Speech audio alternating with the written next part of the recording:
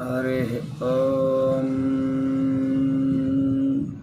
यो वैतां ब्रह्मणो वेद अमृतेनावृतां पुरीं तस्मै ब्रह्म च ब्रह्मा च आयुः कीर्तिं प्रजां ददुः। भागधेयेनैवैनं प्रणयति ब्राह्मण आर्षय उद्धरेत्। ब्राह्मणो वै सर्वा देवताः सर्वाभिरेवैनं देवताभिरुद्धरति।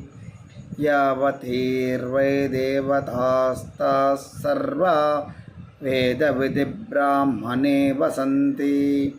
तस्मात् ब्राह्मणेभ्यो वेदविद्भ्यो दिवे दिवे नमस्कुर्यान्न